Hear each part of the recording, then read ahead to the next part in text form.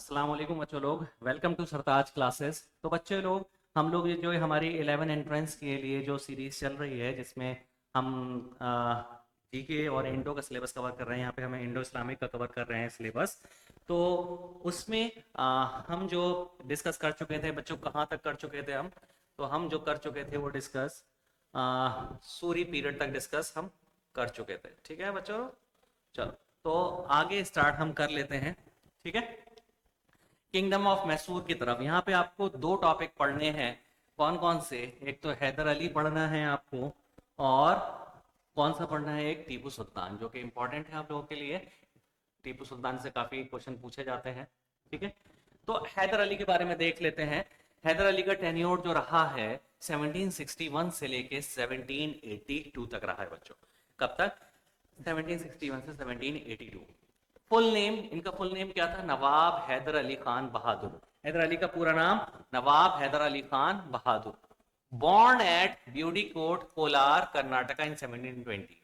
हैदर अली का जन्म जो है, पैदाइश जो है 1720 में हुआ था कोलार में, जो कि कर्नाटका में। वहां पर एक जगह है ब्यूडी कोट, वहां पर। ठीक है, हिज फादर वाज फतेह मोहम्मद। हैदर अली के फादर का नाम क्या था? फतेह मोहब्बत, फतेह मोहम्मद। ठीक है, हैदर अली के फादर का नाम फतेह मोहम्मद। ठीक, और इनकी मदर का नाम क्या था? लाल बाई। हैदर अली की मदर का नाम Lal Bai. Haidar Ali started his career as commander in chief in the period of Nan Raj, who declined his position, then started at de facto ruler of Mysore। Haidar Ali भी शुरुआत से एक काफी जंगजू थे, अच्छे और माहिर योद्धा थे। तो ये भी काफी इंथुजियास्ट थे अपनी एक किंगडम सल्तनत कह लो, अपना रूल एस्टेब्लिश करने के लिए। तो इन्होंने अपना जो करियर स्टार्ट किया था, वहां एक नानराज रूलर हुआ करते थे। ये उनके अंडर में क्या थे? उनके यहाँ उनके पीरियड में कमांडर इन चीफ थे। ठीक है, कमांडर इन चीफ थे। उसके बाद इन्होंने फिर एक अपनी ही अंपायर बनाना शुरू कर दिया, मैसूर अंपायर कह लो। ठीक है, उन्होंने बनाना शुरू कर दिया। वहां से फिर इन्होंने अपने आप को एक रूलर बना दिया। ठीक है, तो इनकी शुरुआत कमांडर इन चीफ हुई थी एक नानराज रूलर के अंडर में। उसके बाद ये खुद एक रूलर बन गए। ठीक, अब ये यहां पर हैदर अली और टीपू सुल्तान के टॉपिक में आपको 4 वार जरूर मिलेंगी। फर्स्ट एंग्लो मैसूर वार, सेकंड एंग्लो मैसूर वार, एंग्लो मैसूर वार, ये 4 हुई हैं। यहां से ही क्वेश्चन बनते हैं आप लोगों के एंट्रेंस के लिए। फर्स्ट एंग्लो मैसूर वार, सेकंड एंग्लो मैसूर वार, थर्ड एंग्लो मैसूर वार, फोर्थ एंग्लो मैसूर वार। तो हम ये देखेंगे, कनेक्टेड रहेगा हमारा ये टॉपिक टीपू सुल्तान तक। ठीक है, तो हैदर अली ने fought first Anglo Mysore war 1767 से 1769। ठीक है, तो पहली एंग्लो मैसूर वॉर हैदर अली ने लड़ी कब? 1767 से 1769, in which he defeated the British. ठीक है, तो पहली एंग्लो मैसूर वॉर जो हुई है, उसमें हैदर अली और किसके बीच में हुई है? हैदर अली और ब्रिटिशर्स के बीच में हुई है। इसमें हैदर अली ने ब्रिटिशर्स को हरा दिया था। कब हुई है? 1767 से 1769 में, फर्स्ट एंग्लो मैसूर वॉर। ठीक है, इसके बाद fought second Anglo Mysore war 1780 to 1784, दूसरी एंग्लो मैसूर वॉर होती है। इसमें 1780 से 1784 तक चलती है, with the association of Nizam and Maratha against the British, but meanwhile he injured and finally died in 1782, and after that his son Tipu Sultan continued the war till 1784 AD। अब क्या होता है? सेकेंड एंग्लो मैसूर वार होती है। अब second Anglo Mysore वार में ये भी ब्रिटिशर्स के खिलाफ थी, लेकिन इस बार हैदर अली के साथ कौन थे? निजाम थे और हैदराबाद के निजाम वगैरह जो होते थे, और मराठा थे। निजाम और मराठा हैदर अली के साथ थे और ब्रिटिशर्स के खिलाफ लड़ रहे थे। ठीक है, सेकेंड एंग्लो मैसूर वार। सेकेंड एंग्लो मैसूर वार कब होती है? 1780 से 1784। ठीक है, अगेंस्ट द ब्रिटिश। ठीक है, ब्रिटिश ये लोग हैदर अली निजाम और मराठा के साथ मिलकर ब्रिटिशर से लड़ रहे थे सेकेंड एंग्लो मैसूर वॉर में। ठीक है, इस वॉर में क्या होता है कि हैदर अली जख्मी हो जाते हैं, इंजर्ड हो जाते हैं, और इसी जख्मी हालत में उनकी डेथ भी हो जाती है। ठीक, तो उनकी डेथ के बाद टीपू सुल्तान आगे कमान संभाल लेते हैं, अगले रूलर बन जाते हैं, और ठीक है, इस वार को कंटिन्यू करते हैं कब तक? टिल 1784 तक बच्चों। ठीक है, तो ये याद रखिएगा। अब एक चीज यहां पे है, मैं आगे भी कंटिन्यू करूंगा। पूछा जाता है सवाल कि टीपू सुल्तान ने कौन सी एंग्लो मैसूर वॉर में शिरकत करी थी, कौन सी वार से शुरुआत करी थी। तो अगर इस क्वेश्चन का आंसर आप गूगल करेंगे तो सीधे सीधे आएगा थर्ड एंग्लो मैसूर वॉर, जबकि ऐसा नहीं है। आपने यहां देखा, यहां पढ़ा, मैंने आपको बताया कि सेकेंड एंग्लो मैसूर वॉर में हैदर अली की डेथ हो जाती है जख्मी होने की वजह से। यही वार टीपू सुल्तान कंटिन्यू कर लेते हैं। तो टीपू सुल्तान ने कौन सी एंग्लो मैसूर वार में शिरकत करी, तो सेकंड एंग्लो मैसूर वार। ये बहुत ही इंपॉर्टेंट क्वेश्चन बनता है आपके 11 एंट्रेंस के लिए एमयू में। ठीक है, तो चलिए आगे कंटिन्यू करते हैं हम। ठीक है,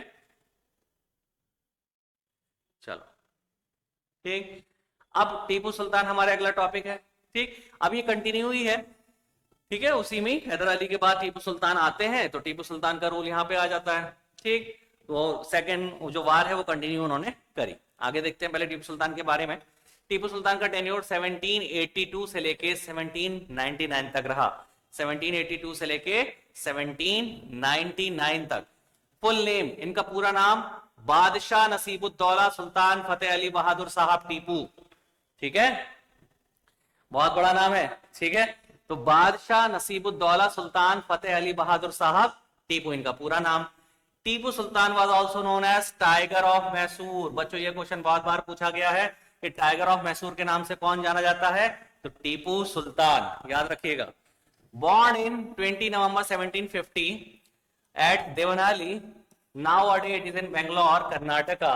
ठीक है, 20 नवंबर 1750 में टीपू सुल्तान की पैदाइश होती है बेंगलोर में, कर्नाटक में। देवनाली एक जगह है वहां पर। फादर इनके हैदर अली, आपको पता ही है, टीपू सुल्तान के फादर हैदर अली। मदर का नाम टीपू सुल्तान के फातिमा फखरुन्निसा है ना, फातिमा फखरुन्निसा, ये टीपू सुल्तान की मदर का नाम है। ठीक है, यानी कि हैदर अली की वाइफ है ये। After the death of Haidar Ali, after the death of Haidar Ali, his son Tipu continued the second Anglo Mysore war, but due to tired of both the sides, war ended with a treaty called Treaty of Mangalore in 1784। मैंने आपको बताया second Anglo Mysore war में Haider Ali injured हो जाते हैं, death हो जाती है, फिर टीपू सुल्तान ये वार कंटिन्यू कर लेते हैं। काफी लंबी चलती है 1784 तक, लेकिन दोनों साइड की फौज, भाई वार होती है, जंग होती है, तो सब भाई काफी मुश्किलें भी आती हैं, सब थक हार जाते हैं, सब कुछ है। तो ये वार का नतीजा क्या हुआ कि ये एक ट्रीटी, समझौते के साथ खत्म हुई, संधि के साथ एक खत्म हुई। ठीक है, जिसका नाम क्या था, जिसको हम किस नाम से जानते हैं, Treaty of Mangalore, Treaty of Mangalore in 1784।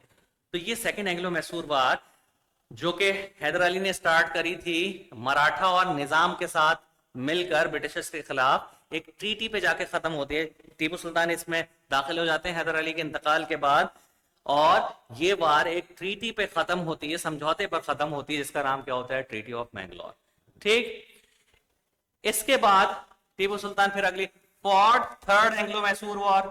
ठीक है, 1790 से 1792। थर्ड एंग्लो मैसूर वॉर कब से होती है, 1790 से 1792, against allied power of British, Maratha and निजाम।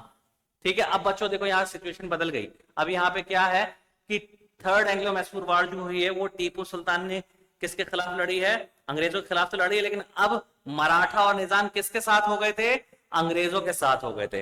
अंग्रेजों की ये फितरत रही थी कि किसी तरीके से भी तोड़ो, तो किसी को कुछ लालच देके, निजामों को लालच दिया कि मैं यहाँ का नवाब बना देंगे, ये कर देंगे, इस तरीके से चीजें। तो टीपू सुल्तान ने कभी हथियार नहीं डाले अंग्रेजों के सामने। तो ब्रिटिश के साथ अब कौन मिल गए थे, मराठा और क्या नाम है, निजाम। ठीक, टीपू सुल्तान अब उनके खिलाफ लड़ रहे थे। वार was ended when a treaty of Srirangapatnam was signed in 1792 AD, which led to the surrender of half of the Mysore territory to the victories allies। अब ये वार भी एक समझौते पर खत्म होती है। ठीक है, श्रीरंगापट्टनम की ट्रीटी ऑफ श्रीरंगापट्टनम कहलाती है ये वाली जो संधि है, ये वाली ट्रीटी जो है। ठीक है, तो थर्ड एंग्लो मैसूर वार। अब इसमें क्या होता है, अंग्रेजों का पल्ला थोड़ा सा भारी होता है, क्योंकि ऑब्वियसली टीपू सुल्तान के साथ गद्दार भी शामिल थे, क्योंकि भाई टीपू सुल्तान ने अंग्रेजों को बहुत परेशान किया है। अंग्रेजों का ये भी कहना था, एक अंग्रेज अफसर का कहना था कि जब तक टीपू सुल्तान है पूरे हिंदुस्तान पर अंग्रेजी सल्तनत जो है, ईस्ट इंडिया कंपनी या अंग्रेज जो है कब्जा नहीं कर सकते जब तक टीपू सुल्तान जिंदा है। तो टीपू सुल्तान ने कभी हार नहीं मानी थी, हथियार भी नहीं डाले। उन्होंने बहुत बार कहा कि टीपू सुल्तान को आप हथियार डाल दो, सरेंडर कर दो, हमारे साथ हो जाओ, हम आपको ये कर देंगे, आपको यहाँ का रूलर बना देंगे, इस तरीके से कर देंगे, लेकिन टीपू सुल्तान ने नहीं किया। और टाइगर ऑफ मैसूर क्यों कहा जा रहा है उनको? उनका यही था कि मुझे शेर की एक दिन की जिंदगी पसंद है बनिस्बत गुलामी के 100 साल के। ठीक, तो कितनी बड़ी बात कही उन्होंने, कभी हथियार नहीं डाले अंग्रेजी सेना के सामने। ठीक है, तो अब भाई गद्दार भी शामिल थे जो टीपू सुल्तान के साथ में थे, ऑफिशियल्स थे, तो वो जाके अंग्रेजों की मुखबरी कर दिया करते थे, क्योंकि उनको लालच दे रखा था अंग्रेजों ने कि हम नवाब बना देंगे। और ऑब्वियसली जब वार टेक्निक्स पहले से ही पता होंगी आपके दुश्मन को, तो वो आपके खिलाफ भारी पड़ेगा ना। तो ऐसी वार में हुआ। ठीक, तो इस वार में अंग्रेजों का पल्ला भारी होने लगा। तो ये वार भी एक ट्रीटी पे खत्म होती है जिसका नाम होता है ट्रीटी ऑफ श्रीरंगपट्टनम। लेकिन इस केस में टीपू सुल्तान को अपनी हाफ टेरिटरी जो है, इलाका जो है, प्रॉपर्टी कह लो, इलाका देना पड़ जाता है अंग्रेजी सेना को, क्योंकि जाहिर सी बात है समझौते में उसकी शर्तें ज्यादा मानी जाती हैं, इसका पलड़ा भारी हो। ठीक है, fourth Anglo Mysore war in 1799।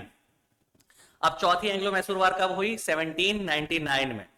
But enclose in complete collapse of Tipu's power and he died at Srirangapatnam in 4 में 1799। अब बच्चों ये डेट बहुत याद रखना, टीपू सुल्तान की डेथ डेट पूछी जाती है कि व्हेन टीपू सुल्तान मार्टियर्ड, कब शहीद हुए टीपू सुल्तान? तो टीपू सुल्तान शहीद हुए 4 मई 1799, 4 मई 1799, ये याद रखना। ठीक है, अब फोर्थ एंग्लो मैसूर वार में भी यही हुआ, क्योंकि जाहिर सी बात है भाई अंग्रेजों के मुखबिर थे टीपू सुल्तान की, जो सेना में कुछ गद्दार थे वो शामिल थे, उन्होंने काफी मुखबरी करी। तो 1799 में जो फोर्थ एंग्लो मैसूर वार होती है उसमें भी अंग्रेजी सेना का पलड़ा भारी हो जाता है। लेकिन टीपू सुल्तान को बार बार कहते रहे अंग्रेज कि भाई आप हथियार डाल दो, हम आपकी जान बख्श देंगे, छोड़ देंगे। लेकिन टीपू सुल्तान ने यही कहा कि मैं शेर की तरह एक दिन की जिंदगी पसंद करूंगा बनिस्बत 100 साल की गुलामी की। ठीक, तो यही लड़ते लड़ते तलवार से उन्होंने काफी अंग्रेजों को मारा और उसके बाद फिर शहीद हो गए लड़ते लड़ते। ठीक है, तो 4 मई 1799 वो उनकी शहादत का दिन था। ठीक है, याद रखिएगा कि टीपू सुल्तान की डेथ 4 मई 1799 में हुई। ठीक, चलो अब टीपू ने बहुत सारे कारनामे भी किए हैं। ठीक है, Tipu use rocket for the first time in his region. भाई रॉकेट की इन्वेंशन भी टीपू सुल्तान ने करी यहाँ पर। अंग्रेज लोग इसलिए तो परेशान थे कि ये काफी बाहर वाली टेक्निक्स इस्तेमाल कर रहे थे। ठीक है, अब रॉकेट की इन्वेंशन इन्होंने करी, भाई भाई वो लड़ रहे हैं भाई बंदूक, अब यहाँ पे रॉकेट आ गया मामला। तो टीपू सुल्तान ने इतनी एक नई इन्वेंशन कर दी, अंग्रेज सल्तनत और परेशान कि भाई ये तो हमें बहुत मार रहे हैं, है ना।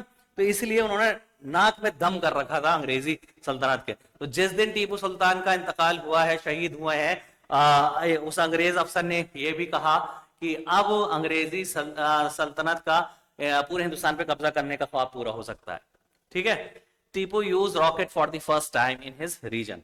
तो किस रूलर ने रॉकेट अपने रीजन में इस्तेमाल किया पहली दफा? तो वो रॉकेट किसने इस्तेमाल किया? टीपू ने। ठीक है, Tipu planted a tree of liberty at his capital Srirangapatnam and became a member of Jacobian club.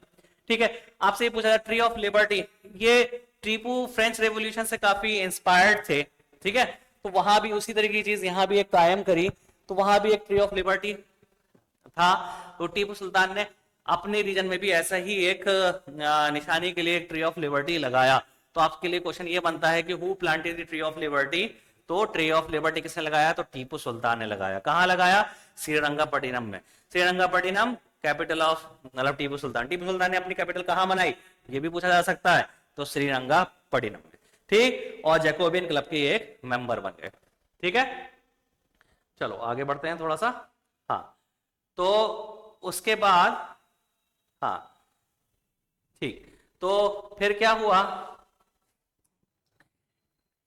The Jacobian Club of Mysore was the first revolutionary Republican organization to be formed in India. ये क्या थी? एक revolutionary Republican थी। ठीक है, Jacobian Club of Mysore was the first revolutionary Republican organization to be formed in India. ठीक है, तो ये वहां से इंस्पायर्ड थे, मैंने बताया था फ्रेंच रेवोल्यूशन से, उस तरीके से। तो ये एक ऑर्गेनाइजेशन थी जो कि फ्रेंच में थी। ठीक है, the Jacobian club of Mysore was the first revolutionary republican organization to be formed in India. It was founded in 1794 by French Republican officers with the support of Tipu Sultan. मैंने बताया आपको कि टीपू सुल्तान फ्रेंच रेवोल्यूशन से inspired थे, तो इसीलिए उन्होंने एक ऑर्गेनाइजेशन यहाँ भी कायम करी, जो कि वहाँ के लोग थे, वहाँ के ऑफिशियल्स थे, उनको टीपू सुल्तान ने परमिशन दी और यहाँ पे इसकी अच्छी चीजें अपने यहाँ लागू करी, और इसी से इंस्पायर्ड होकर यहाँ भी एक ट्री ऑफ लिबर्टी भी लगाया.